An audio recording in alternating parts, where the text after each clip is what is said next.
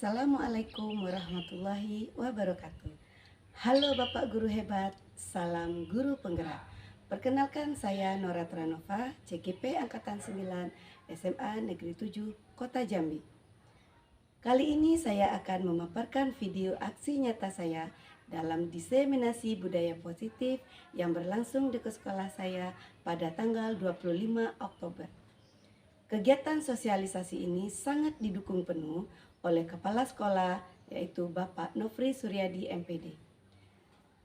Bapak Kepala Sekolah memberi harapan besar kepada sekolah kami agar menjadi lebih baik lagi di masa depannya. Mari Bapak Ibu kita saksikan video aksi nyata saya diseminasi budaya positif di sekolah kami. Selamat menyaksikan.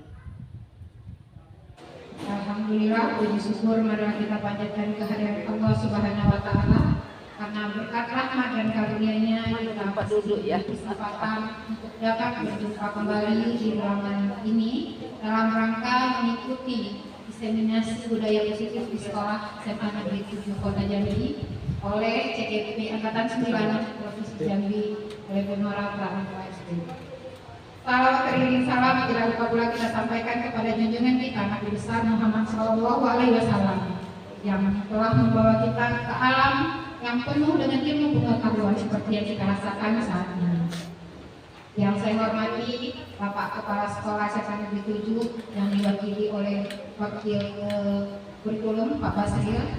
Yang saya hormati Bapak Raflis sebagai Kasubag TPU SMA Negeri 7 Kota Jambi.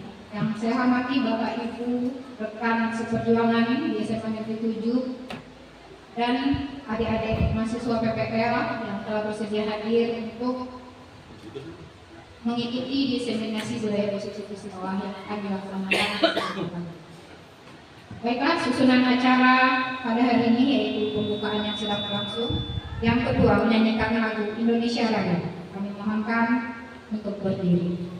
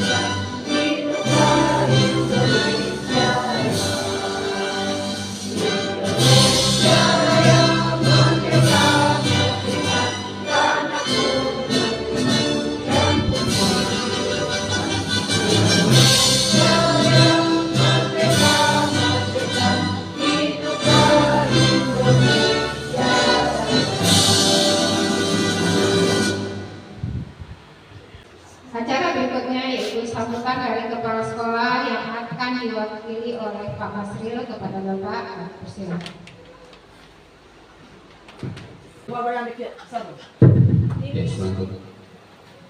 Ini ada anak mahasiswa dari awal. Assalamualaikum warahmatullahi wabarakatuh. Dan salam sejahtera buat kita semua. Syukur alhamdulillah kita sama-sama kita panjatkan kehadirat Allah Subhanahu wa taala yang telah memberikan kita limpahan rahmat serta karunia kepada kita bersama sehingga pada pagi hari ini kita bisa berkumpul di ruangan ini dalam rangka memenuhi undangan dari kegiatan yang akan dilaksanakan oleh Bu Nora, CGP kita Angkatan ke-9 tentang diseminasi budaya positif di sekolah.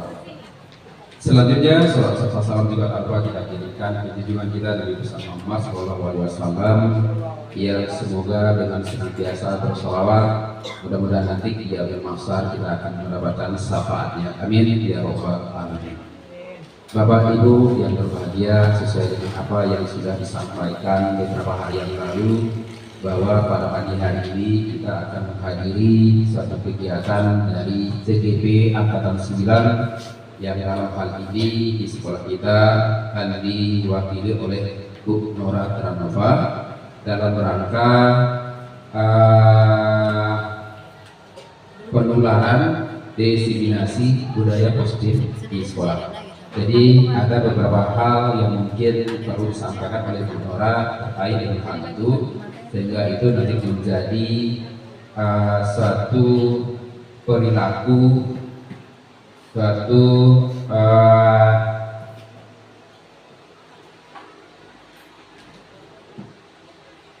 kerja atau kegiatan yang positif yang bisa kita lakukan di sekolah ini demi nanti terlaksanakan satu pembelajaran yang benar-benar nanti menghasilkan satu hasil yang maksimal. Jadi itu juga nanti mungkin bagi kita mungkin perlunya bagi kita guru atau juga bagi siswa-siswa yang akan kita tularkan budaya positif tersebut. Mungkin demikian saja mungkin dari kami mewakili Bapak Kepala Sekolah agar nanti kita semua bisa mengikutinya dengan baik. Terima kasih. Assalamualaikum warahmatullahi wabarakatuh.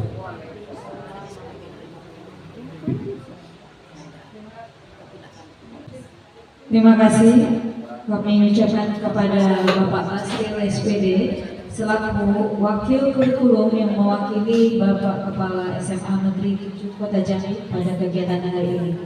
Baiklah Bapak Ibu hadirin yang berbahagia, kita masuki acara inti kita yaitu diseminasi budaya positif. Baik, assalamualaikum warahmatullahi wabarakatuh. Bismillahirrahmanirrahim. Puji syukur kehadiran Allah Subhanahu wa Ta'ala yang telah melimpahkan rahmatnya kepada kita semua, sehingga kita dapat berkumpul di ruangan ini pada acara diseminasi budaya positif di sekolah. Sebelumnya saya mengucapkan banyak terima kasih kepada Bapak Kepala Sekolah, Bapak Wakil, Bapak Kepala TU, dan Bapak Ibu guru di SMA Negeri 7 Kota Jambi yang sudah meluangkan waktunya untuk hadir pada acara ini. Dan acara ini merupakan salah satu rangkaian calon guru penggerak, tugas dari calon guru penggerak pada tahun 2023 CGP Angkatan 9. Baik Bapak Ibu, di sini saya tidak menggurui, saya tidak memberikan pengajaran kepada Bapak Ibu, tapi di sini kita hanya sharing ya Bapak Ibu. Kita sharing bagaimana tentang budaya positif yang kita terapkan untuk di sekolah kita ini. Baik Bapak Ibu, untuk tidak memperpanjang waktu karena waktunya terbatas, coba Bu nanti. Baik, materi kita adalah tentang budaya positif. Budaya positif, adapun latar belakang dari budaya positif ini adalah berlatar belakang dari filosofi Ki Hajar Dewantara. Ki Hajar Dewantara mengumpamakan sekolah sebagai ladang tempat persemaian benih bibit agar bibit bisa berkembang secara maksimal, maka petani dapat memperbaiki kondisi tanah, memelihara bibit tanaman, memberi pupuk dan air, membasmi ulat-ulat, jamur-jamur yang mengganggu hidup bibit tanaman dan lain sebagainya. Dari uraian tersebut kita dapat memahami bahwa sekolah diibaratkan sebagai tanah tempat bercocok tanam, sehingga kita guru mengusahakan sekolah menjadi lingkungan yang menyenangkan, menjaga dan melindungi murid-murid dari hal yang tidak baik. Dengan demikian karakter murid tumbuh dengan baik sesuai dengan profil Ki Hajar Dewantara. Itulah budaya positif nanti yang akan kita kembangkan di sekolah ini. Untuk kata budaya positif, kira-kira menurut Bapak Ibu, apa yang ada di benak Bapak Ibu kalau mendengar kata budaya positif? Saya mau mendengar tanggapan Ibu tentang apa itu budaya positif. Baik, terima kasih Bu. Kalau menurut pendapat saya, budaya positif itu adalah kebiasaan-kebiasaan baik yang harus kita terapkan di sekolah kita. Iya, baik Bapak I. Budaya positif itu menurut Bapak I adalah kebiasaan-kebiasaan baik yang kita biasakan di sekolah ini ya. Kemudian apakah di sekolah kita ini sudah tercipta budaya positif?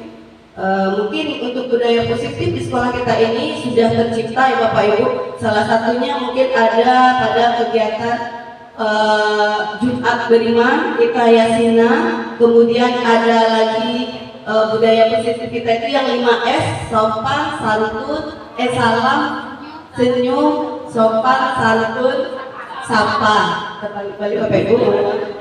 Yang penting 5S ya Bapak Ibu, itu merupakan salah satu budaya positif yang sudah ada, yang sudah kita lalui di sekolah ini.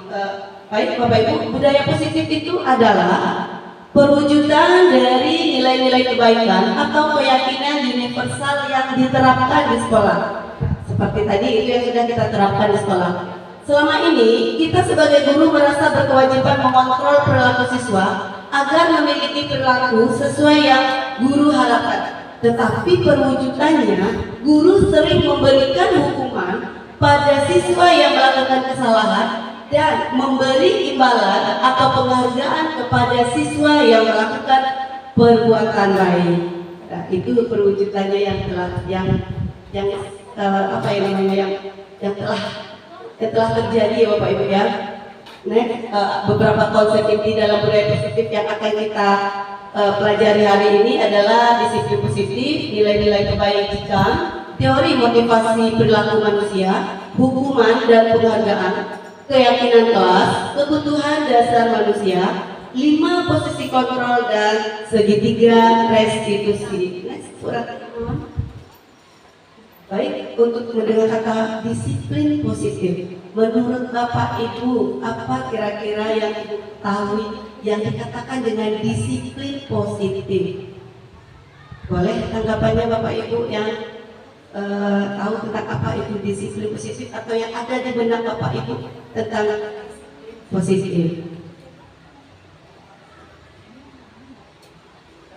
Ibu Dewi atau Ibu Lia mungkin itu Ibu Ika, apa kira-kira menurut Ibu itu disiplin positif?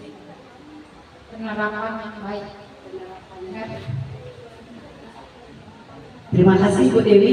Disiplin positif menurut Ibu Dewi itu adalah penerapan yang baik. Baik Bapak Ibu, sebelum kita akan melihat yang dikatakan dengan disiplin positif, disiplin berasal dari kata disiplina dalam bahasa Latin yang artinya belajar.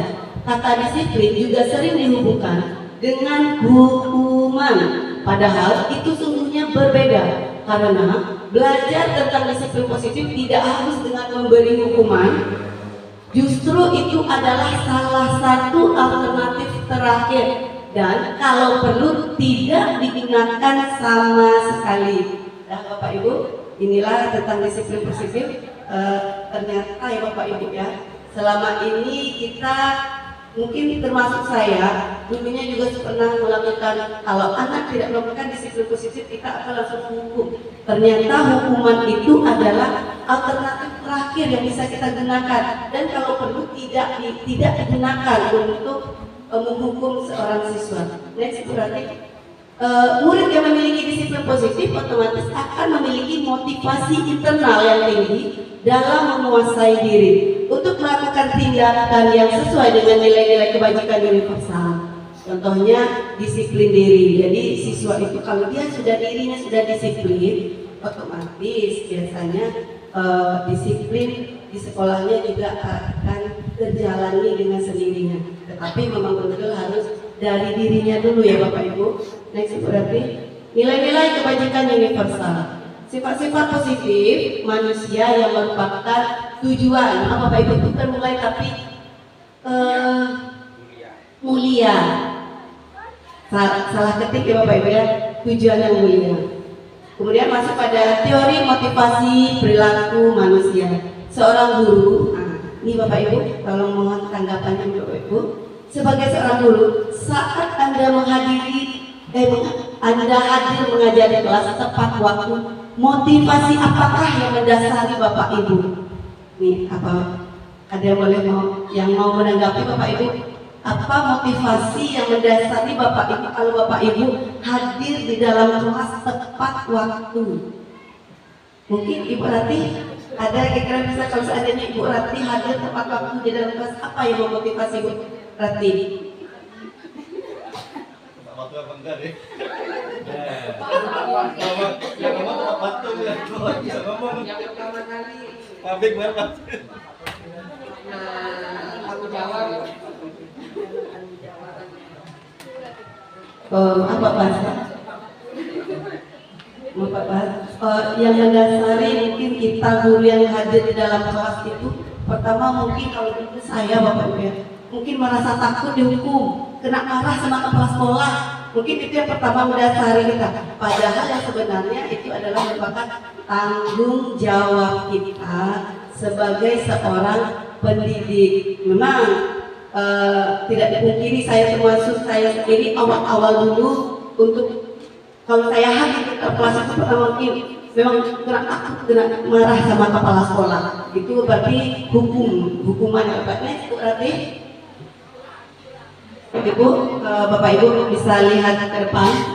Apakah Anda datang tepat waktu karena ingin ditegur oleh atasan Anda dan kemudian mendapat surat peringatan? Itu merupakan menghindar ketidaknyamanan dan hukuman. Berarti kalau selama ini kita ke sekolah datang tepat waktu kalau untuk menghindar dari hukuman, nah ini datang tepat waktu salah satu perilaku manusia ya Bapak Ibu.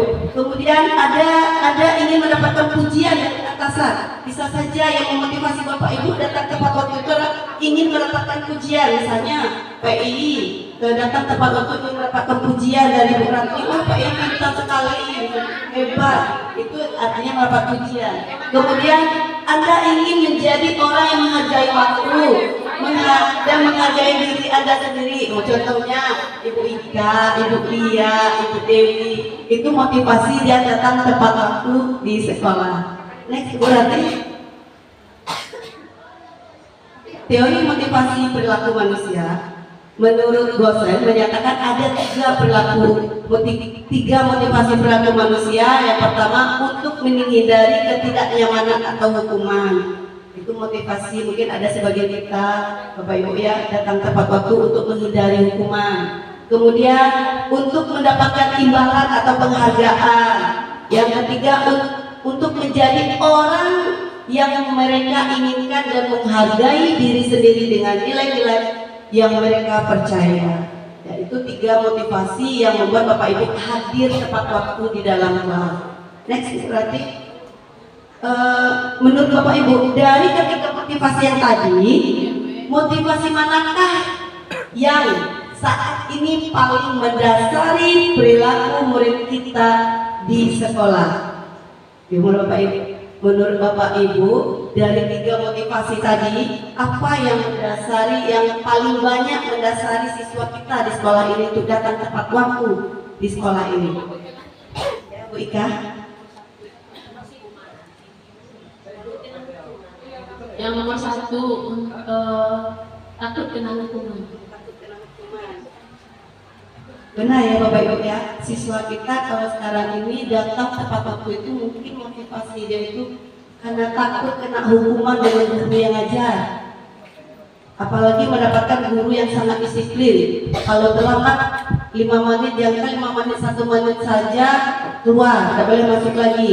Itu artinya motivasi siswa kita itu datang ke sekolah hanya karena takut kena hukuman. Benar, lanjut berarti. sebagian besar motivasi murid adalah untuk menjadi orang yang mereka inginkan dan menghargai diri sendiri dengan nilai-nilai yang mereka percaya. Contohnya, dengan banyak prestasi yang mereka raih, baik pengetahuan dan keterampilan maupun sikap. Namun, ada juga sebagian murid motivasinya adalah karena untuk menghindari ketidaknyamanan dan hukuman. Contohnya, agar bisa mendapatkan nilai baik atau terhindar dari hukuman atau sanksi. Jadi menurut Bapak Ibu, siswa kita ini poin di atas atau poin di bawah? Takut dihukum apa memang betul-betul dari menghargai dirinya sendiri? Kalau menurut Bapak Ibu di sekolah kita ini takut dihukum. Next, berarti masuk pada materi selanjutnya, yaitu hukuman, konsekuensi, dan restitusi. Hukuman bersifat tidak terencana atau tiba-tiba. Hukuman bersifat satu arah dari pihak guru yang memberikan, dan murid hanya menerima suatu hukuman tanpa melalui suatu kesepakatan atau pengarahan dari guru, baik sebelum atau sesudah. Hukuman yang diberikan bisa berupa fisik maupun psikis. Murid atau anak yang disakiti oleh suatu perbuatan atau kata-kata. Jadi Bapak Ibu, hukuman itu sifatnya tidak terencana ya Bapak Ibu ya.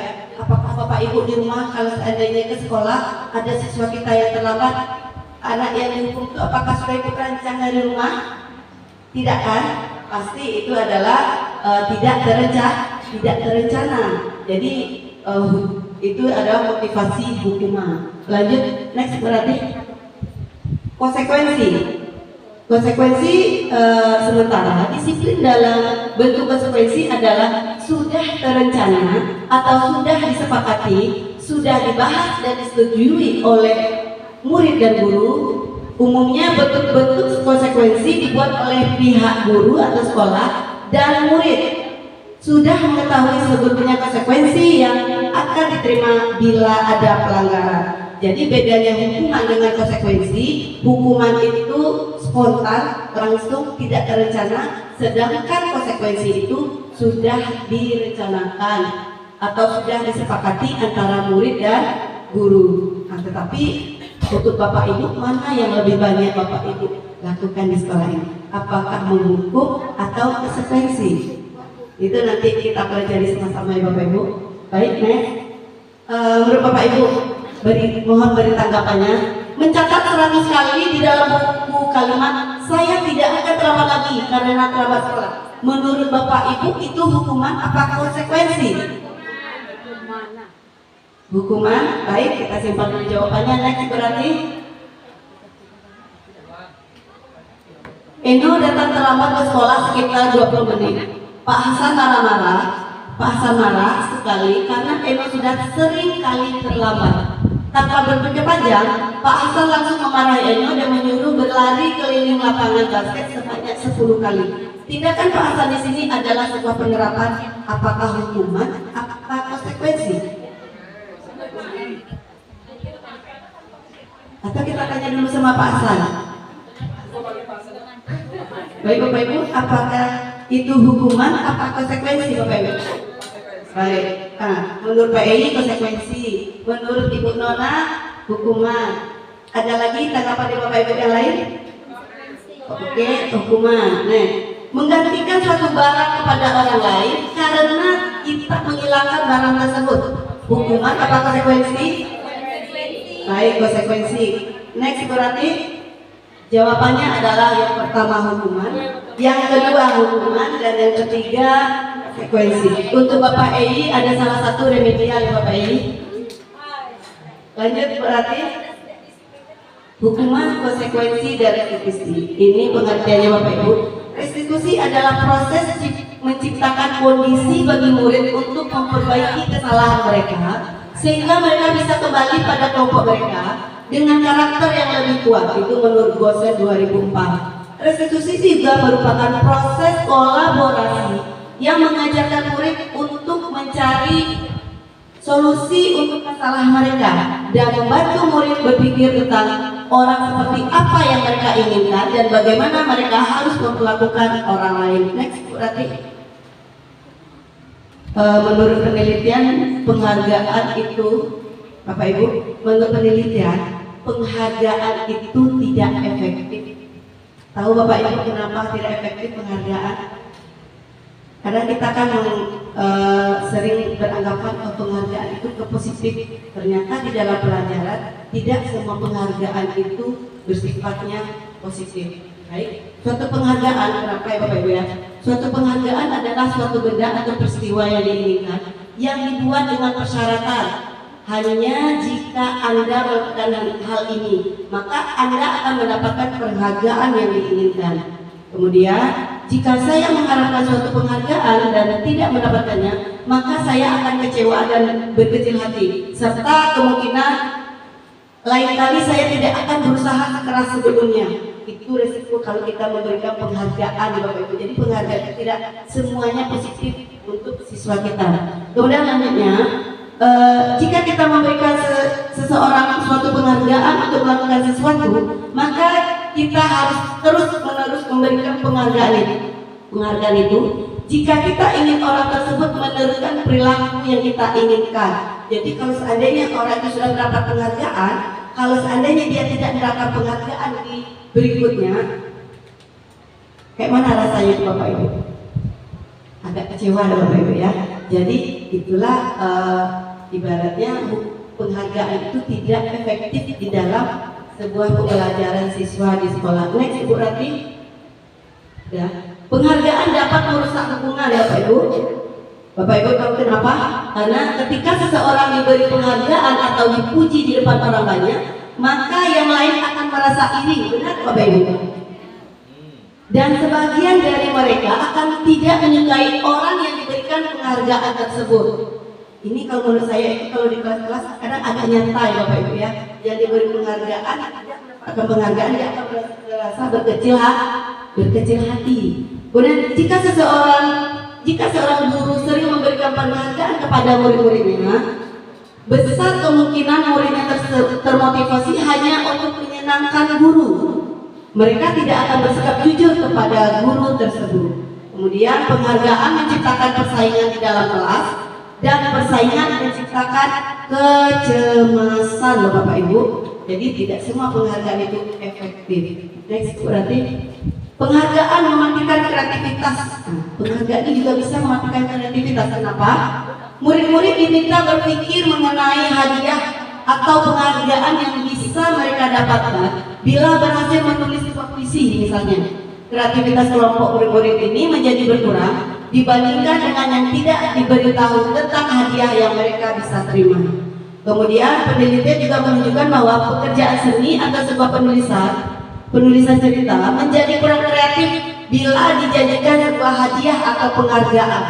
Kemudian dalam tugas-tugas memecahkan masalah, para murid memakan waktu lebih lama dan memberikan jalan keluar kurang kreatif saat mereka dijanjikan suatu penghargaan. Jadi penghargaan itu intinya tidak efektif juga ternyata. Next, berarti penghargaan itu menghukum loh Bapak Ibu. Penghargaan menghukum, kayaknya kata-katanya rancu ya. Cuman kita lihat penghargaan hukum. Penghargaan hukum mereka yang tidak dapat penghargaan misalnya dalam sistem ranking, mereka yang mendapatkan ranking kedua akan merasa paling dihukum loh Bapak Ibu. Yang ranking 1 mendapat penghargaan, yang merasa ranking 2, ranking 3, mungkin sebagian siswa kita ada yang merasa terhukum. Kenapa saya tidak mendapatkan ranking 1? Itu yang namanya penghargaan itu bisa menghukum. Kemudian memberikan penghargaan adalah hukuman, dan hukuman adalah hal yang sama karena keduanya mencoba mengendalikan perilaku seseorang. Ketiga, karena orang yang pada dasarnya tidak suka dikendalikan, maka jangka waktu lama penghargaan akan terlihat sebagai hukuman. Kemudian jika suatu penghargaan diharapkan, namun Anda tidak mendapatkannya, Anda akan merasa dihukum. Ya, Bapak Ibu, lanjut next. Keyakinan kelas. Kita masuk ada materi keyakinan kelas Bapak Ibu.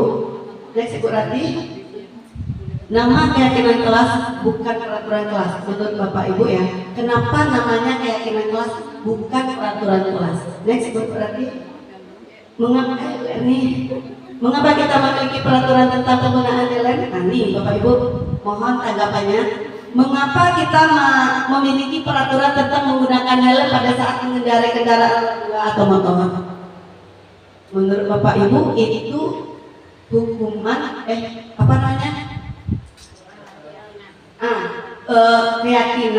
atau peraturan? Nah, menurut Pak ini peraturan. Yang kedua, kenapa ada peraturan siswa dilarang merokok di sekolah? Kenapa ada peraturan siswa dilarang merokok di sekolah? Itu keyakinan apa peraturan Bapak Ibu? Nah, baik, next berarti kita lihat jawabannya. Nilai yang terdapat pada penggunaan helm adalah keselamatan atau kesehatan. Maka nilai keselamatan dan kesehatan inilah yang akan menjadi sebuah namanya keyakinan. Karena Bapak Ibu yakin kalau kita pakai helm kita akan selamat. Tapi kalau hanya dengan peraturan Bapak Ibu, itu kita tidak bisa menggunakannya untuk peraturan. Karena kita belum yakin. Kalau Ibu sudah yakin menggunakan hal itu merupakan sebuah keselamatan, itulah yang dikatakan dengan keyakinan. Yang kedua, nilai yang terdapat pada siswa dilarang merokok adalah kesehatan. Maka nilai inilah yang disebut dengan keyakinan. Jadi siswa itu kalau dia dilarang merokok, dia yakin kalau dia itu akan mendapatkan kesehatan.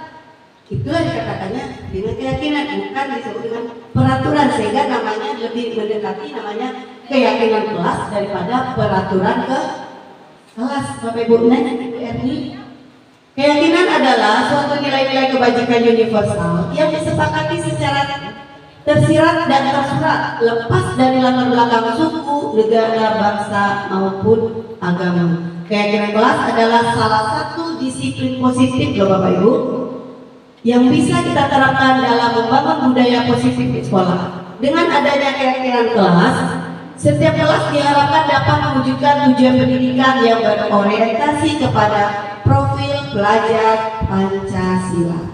Next. Pembentukan keyakinan kelas ada beberapa poin. Keyakinan kelas bersifat lebih abstrak daripada peraturan.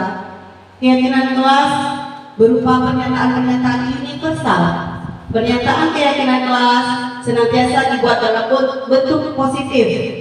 Keyakinan kelas hendaknya tidak terlalu banyak sehingga mudah diingat dan dipahami oleh semua warga di kelas. Kemudian keyakinan kelas sebaiknya sesuatu yang dapat diterapkan di lingkungan sekolah. Semua warga kelas hendaknya ikut berkontribusi dalam pembuatan keyakinan kelas lewat kegiatan curhat pendapat. Jadi kalau kita membuat keyakinan kelas Bapak Ibu di sekolah, di kelas, kita harus berkontribusi antara siswa dan gurunya, dan membuat keyakinan kelas itu ibaratnya kata-katanya tidak, jangan bertele-tele, tutup poin aja kata-katanya. Lanjut, bersedia meninjau kembali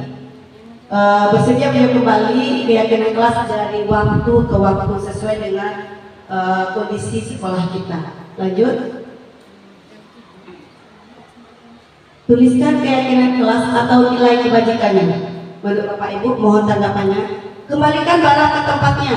Itu menurut Bapak Ibu nilai kebajikannya apa ya kira-kira Bapak Ibu? Baik, terima kasih Bu Kiki. Menurut Bu Kiki namanya tanggung jawab.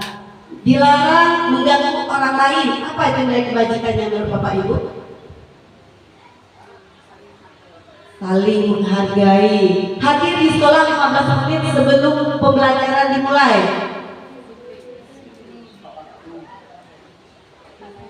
Nilainya Bapak Ibu, apakah tanggung jawab, apakah disiplin? Baik, lanjut. Dilarang melakukan kekerasan. Apa nilainya menurut Bapak Ibu? Cinta kedamaian Bapak ini. Lanjut, bergantian atau menunggu giliran. Apa nilainya itu Bapak Ibu? Disiplin. Dilarang merokok. Nilai kebajikannya kira apa itu Bapak Ibu? Kesehatan. Menggunakan masker. kesehatan, berjalan di kelas atau koridor. Apa? Keselamatan. Next Ibu kita lihat jawabannya. Ya, kembalikan barang ke tempatnya. Itu nilai kebajikannya adalah bertanggung jawab. Dilarang mengganggu orang lain. Nilai kebajikannya adalah saling menghormati.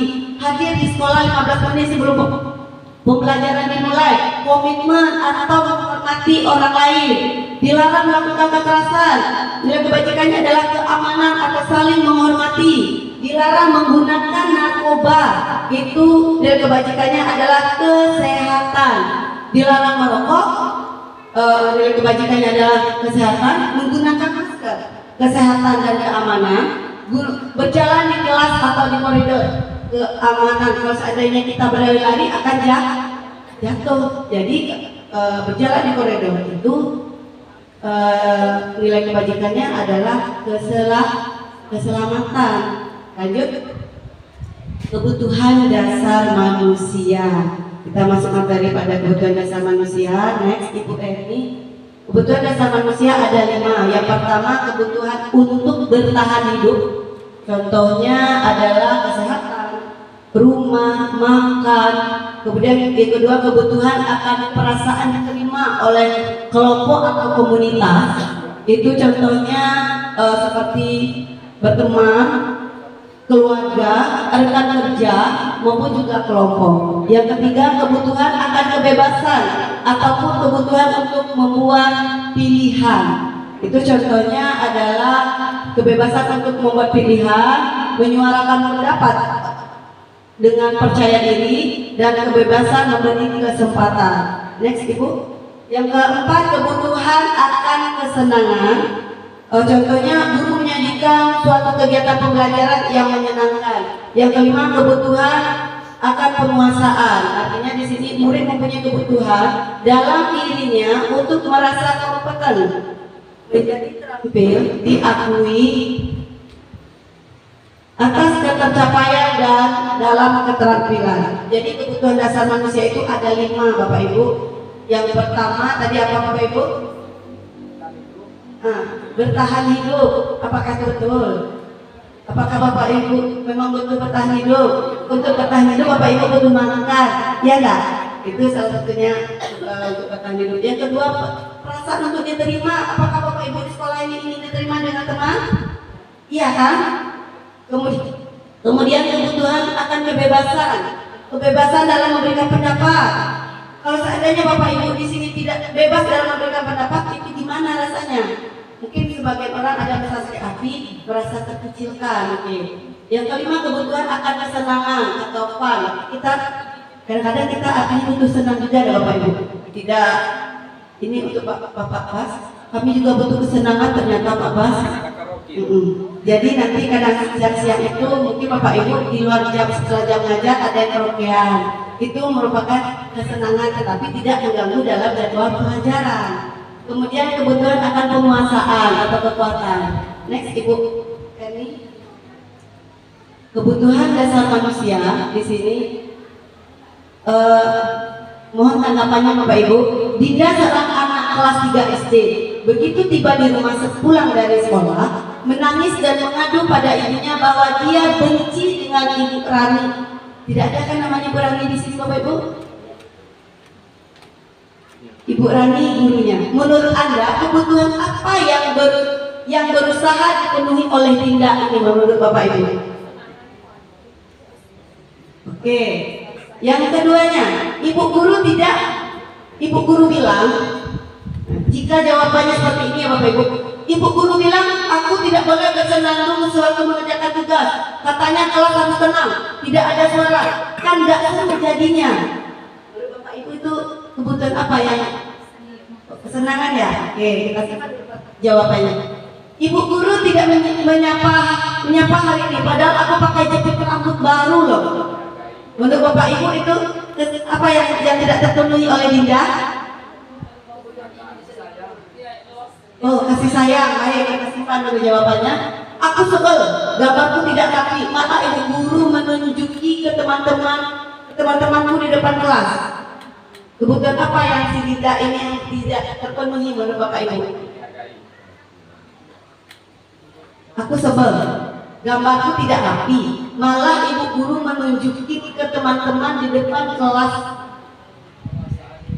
Penguasaan. Oke, kita simpan dulu jawabannya, lanjut. Aku besar, masa pelajarannya cuma gitu aja, dengerin ibu guru aja. Kesenangan ya? Oke, next. Kita lihat jawabannya. Ibu guru bilang aku tidak boleh bersenandung sewaktu mengerjakan tugas. Katanya kelas harus tenang, tidak ada suara, kan gak seru jadinya. Itu ternyata kebutuhan yang belum terpenuhi oleh Dinda adalah kesenangan. Kemudian ibu guru tidak menyapa hari ini, padahal aku pakai jepit rambut baru. Yang tidak terpenuhi dari Dinda adalah cinta dan kasih sayang. Aku sebel, gambarku tidak rapi, malah ibu guru menunjukin ke teman-teman di depan kelas.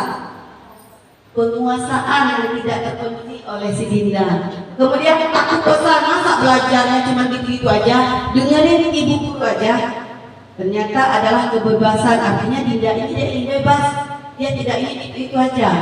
Next ibu. Jadi nanti bapak ibu di dalam kelas ternyata kita sebagai guru banyak ya kerja kita yang kita harus mengetahui siswa kita masing-masing, siswa kita itu apa kesenangannya, apa kebutuhannya, apa yang mereka inginkan. Ternyata berat untuk materi ini bapak ibu. Kebutuhan dasar manusia. Ada satu lagi tanggapan Pak Ibu. Tahun ini Dimas genap berusia 17 tahun. Dia senang sekali ketika ayahnya mulai mengajarkan cara menyetir mobil. Setiap akhir pekan dia berlatih menyetir. Dia terlihat senang sekali berlatih sampai akhirnya dia bisa menyetir mobil dengan baik dan lancar.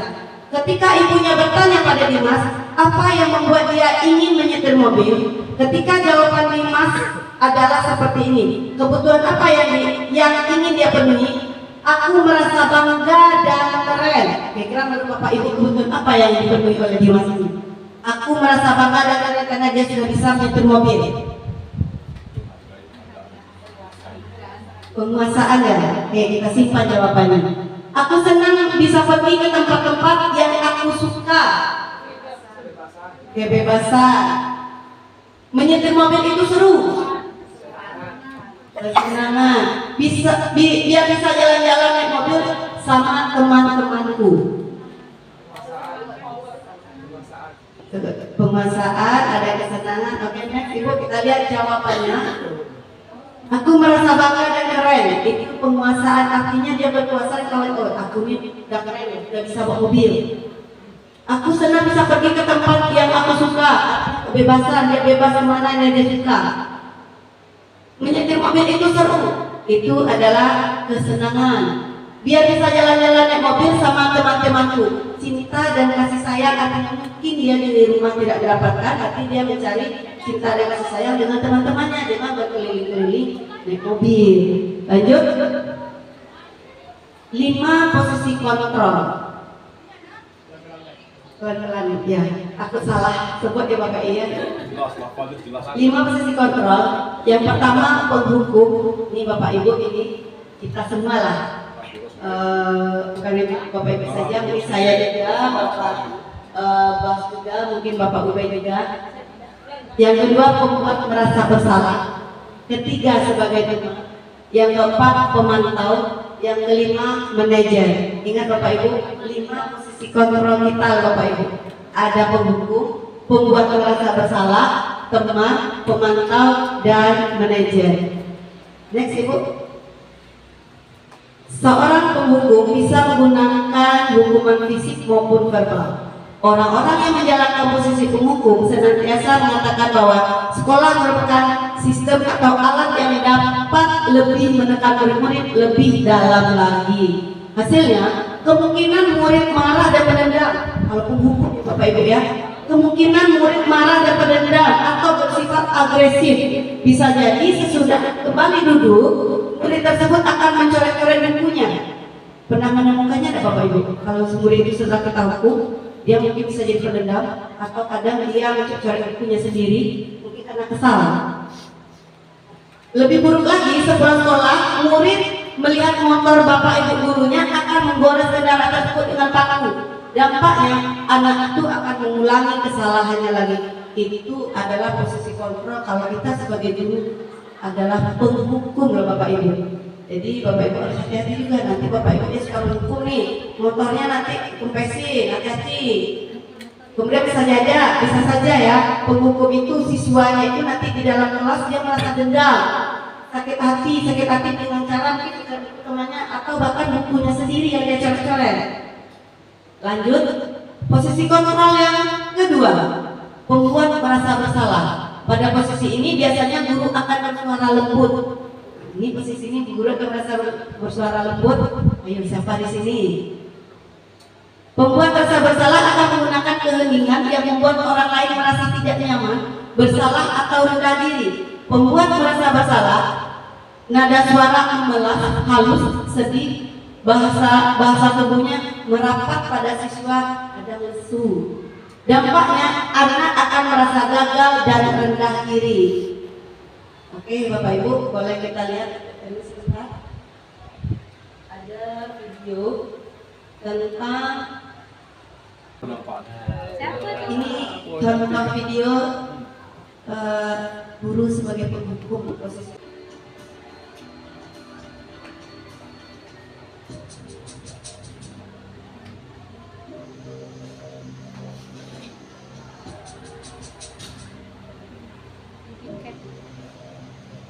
Naren, sini kamu. Ada tak di ruangan nih? Selalu terlambat. Kamu deh, pasti terlambat. Saya Apa? Apa coba? Alasan kamu apa lagi? Kapan sih kamu tidak terlambat? Malas sekali ya kamu jadi anak. saya Dasar pemalas. Gak kapok-kapok sih kamu. Sudah berapa kali terlambat? Sana, kamu keliling lapangan basket 2 kali. kenapa saya harus keliling lapangan basket, Bu? Kenapa? Kamu mau lawan ibu? Berani-beraninya jawab. Sudah terlambat, masih berani jawab pula. Sekarang, keliling lapangan basket 5 kali sekalian. Biar kapok. Cepat. Pergi sana ke lapangan basket. Posisi penghukum biasanya suara guru itu dengan nadanya keras. Mudah-mudahan di sini tidak ada ya Bapak Ibu ya. Di sini baik-baik semua. Nah, next lanjut. Tidak jauh beda lah dengan itu. Tidak jauh beda ya Pak Numinanga. Kemudian posisi pembuat merasa kita lihat lagi videonya lanjutan. Bu, Naren, kamu kenapa terlambat lagi, nak? Ya Tuhan, Naren, kamu senang ya bikin ibu susah ya? Kalau kamu terlambat lagi, nanti ibu yang ditegur bapak. Ini contoh guru yang membuat merasa bersalah ya dengan caranya lembut kepada siswanya. Duh, gimana ini? maaf, Bu. Duh, Gusti Naren, kamu suka ya kalau ibu ditegur bapak kepala sekolah? Terus, sekarang ibu harus tulis apa ini di buku absen? Ini kamu sudah sering terlambat loh. Nah, Ibu sampai harus sini. apa coba? Bapak Ibu apakah ada kayak gini? Maaf, Bu. Maaf sekali. Ya sudah, lain kali jangan bikin ibu susah lagi ya nak ya. Ibu tidak akan kuat lagi kalau kamu begini terus. Bisa jantungan kalau ibu tegur bapak kepala sekolah. Sana cepat kelas. Maaf ya, Bu. Maaf sekali. Baik Bapak Ibu, kita lanjutkan ya. Kita melihat PowerPoint-nya. Posisi kontrol yang ketiga adalah guru sebagai teman. Guru sebagai teman, guru pada posisi ini tidak akan menyakiti murid, namun akan tetap berupaya mengontrol murid melalui persuasi. Posisi teman pada guru bisa negatif ataupun positif. Positif di sini berupa hubungan baik yang terjalin antara guru dan murid.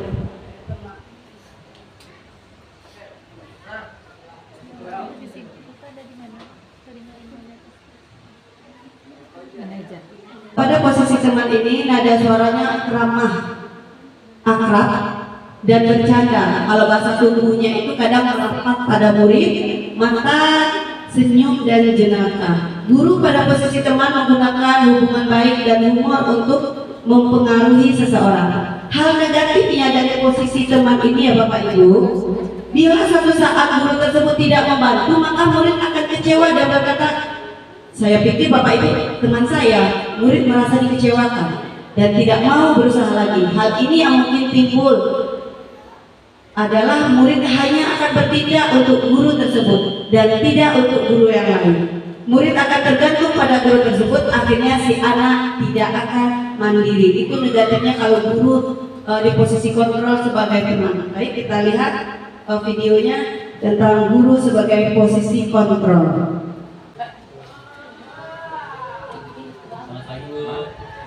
Wah, sudah jam berapa ini nak? Terlambat lagi ya saya. Iya Bu, habis ibu saya udah mengeluarkan saya Bu. Kamu malah menyalahkan ibu kamu. Kamu bukannya anak yang larinya paling kencang. Kok terlambat sih? Iya Bu, saya memang terlambat bangun tadi. Jadi biarpun saya lari kencang, tetap gak kekejar Bu. Ya sudah sana. Nanti lain kali larinya lebih kencang lagi ya. Biar gak terlambat lagi. Bikin seneng ibu. Demi ibu. Bisa kan? Bisa lah Bu. Ya sudah sana masuk kelas. Ibu beresin urusan absen kamu. Kamu ini ada-ada saja. Baik Bapak Ibu, itu posisi kontrol guru sebagai teman. Jadi negatifnya di sini, murid itu nantinya dia tidak akan mandiri, Bapak Ibu. Baik, yang keempat, posisi kontrol. Yang keempat adalah guru sebagai pemantau. Pemantau berarti mengawasi. Pada saat ini kita mengawasi, kita bertanggung jawab atas perilaku orang-orang yang kita awasi. Posisi pemantau berdasarkan pada peraturan-peraturan dan konsekuensi. Dengan menggunakan sanksi atau konsekuensi, kita dapat memisahkan hubungan pribadi kita dengan murid. Sebagai seseorang yang menjalankan posisi pemantau, seorang pemantau sangat mengandalkan perhitungan, catatan, data yang dapat digunakan sebagai bukti atas perilaku seseorang. Baik, coba kita lihat bagaimana seorang posisi pemantau kita sebagai guru ya Bapak Ibu ya. Jadi nanti Bapak Ibu di dalam lingkungan sekolah ini nanti posisi mana yang Bapak Ibu merasa lakukan. Jadi dan mana nantinya akan terbaik.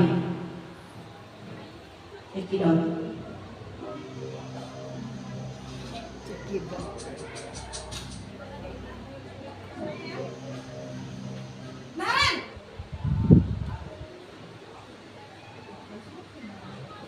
Selamat pagi Bu. Naren, apa peraturan sekolah kita tentang jam berapa kita harus masuk sekolah, nak? Kita harus di sekolah jam 7 Bu. Iya betul, sekarang sudah jam 7.20. Naren sudah tahu konsekuensinya jika terlambat hadir. Paham Bu, saya harus tinggal kelas pas jam istirahat selama 20 menit. Iya benar, konsekuensinya demikian. Jadi nanti jam 9.30 pas istirahat, kamu harus tinggal di kelas, kerjakan tugas tambahan untuk ketertinggalan kamu, ya. Baik Bu. Posisi pemantau mengandalkan. Dan yang terakhir Bapak Ibu adalah posisi kontrol sebagai manajer. Ini adalah kalau menurut saya Bapak Ibu ya, ini adalah posisi guru yang sempurna. Nanti kita lihat posisi manajer. Posisi terakhir, manajer adalah posisi di mana guru berbuat sesuatu, berbuat bersama dengan murid, mempersilahkan murid mempertanggungjawabkan perilakunya, mendukung murid agar dapat menemukan solusi atas permasalahannya sendiri. Tugas seorang manajer bukan untuk mengatur perilaku seseorang, kita membimbing murid untuk mendapatkan pengaturan dirinya. Seorang manajer bukan memisahkan murid dari kelompoknya, tetapi mengembalikan murid tersebut ke kelompoknya dengan lebih baik dan kuat. Dampaknya, anak bisa mengevaluasi dirinya sendiri, menganalisis kebutuhan apa yang belum terpenuhi pada dirinya, dan ia juga bisa mencari solusi untuk memenuhi kebutuhannya. Jadi posisi kontrol Posisi control manager ini adalah yang sempurna. Next, karena waktu kita next Bapak Ibu, next Ibu. Ini adalah materi terakhir kita, adalah sebuah diagram pemulihan bagi anak yang melakukan kesalahan, baik fokusnya bukan untuk memperbaiki kesalahan, tetapi untuk memperbaiki karakter baik pada diri anak setelah dia berhasil memecahkan atau mencari solusi dari masalahnya sendiri. Ada 3 tahap dalam segitiga restitusi. Ada yang pertama, menstabilkan identitas, validasi tindakan yang salah, dan menanyakan keyakinan. Baik Bapak Ibu, demikianlah materi yang bisa saya sampaikan hari ini. Mudah-mudahan untuk kedepannya kita bisa sama-sama memperbaiki diri demi masa depan siswa kita dan masa depan sekolah kita di SMA Negeri 7 Kota Jambi ini. Terlebih kurangnya saya mohon maaf jika ada kesalahan. Assalamualaikum warahmatullahi wabarakatuh. Saya kembalikan kepada MC. Baik, sekali lagi kita beri tepuk tangan yang meriah untuk pemateri kita, yaitu Ibu Nora Pranova. Terima kasih kepada Ibu Nora Pranova. Semoga apa yang sudah beliau berikan kepada kita bisa menjadi teladan buat kita semua. Jikalau memang seandainya tadi ada poin penting, apakah kita seorang penghukum atau sebagaimana, tidak perlu menunjuk, kita cukup merasa aja dalam diri. Kalau memang itu bisa kita perbaiki, alangkah baiknya itu bisa kita perbaiki bersama. Budaya positif, kita tutup dulu dengan pembacaan doa. Kami minta kesediaan dari Bapak Ubaidillah untuk pembacaan doa. Pada Bapak, kami persilakan.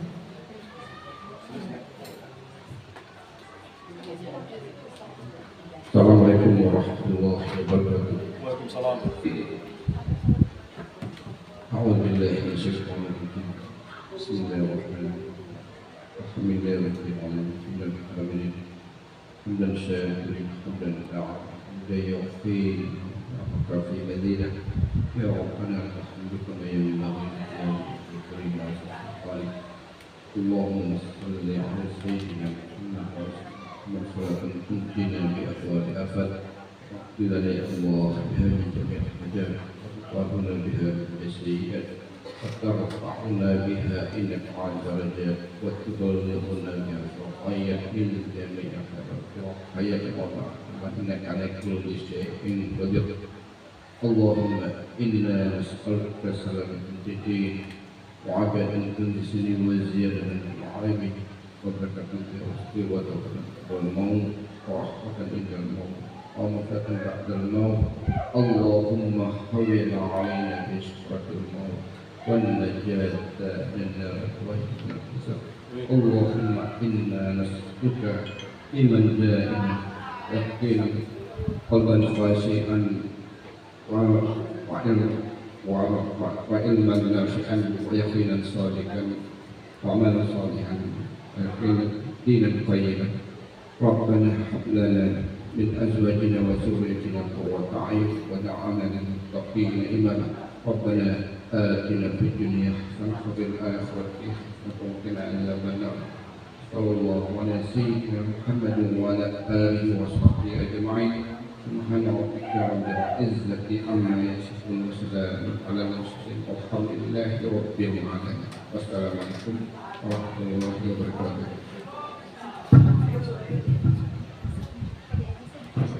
Dengan berakhirnya pembacaan doa, maka berakhir pula kegiatan sesi pertama kita, yaitu diseminasi budaya positif oleh calon guru penggerak angkatan 9, yaitu Ibu Nora Pranova. Terima kasih atas perhatian Bapak Ibu semua. Kami ucapkan mohon maaf jika ada kata-kata yang salah. Saya tutup dengan Assalamualaikum warahmatullahi wabarakatuh.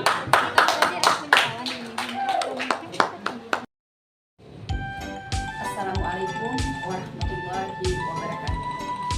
Perkenalkan, saya Widya Stuti. Saat ini bertugas di SMA Negeri 7 Kota Jambi.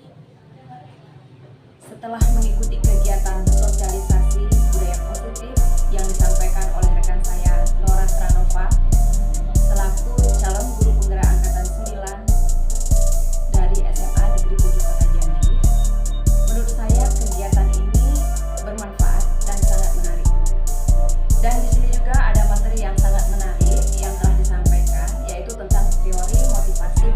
manusia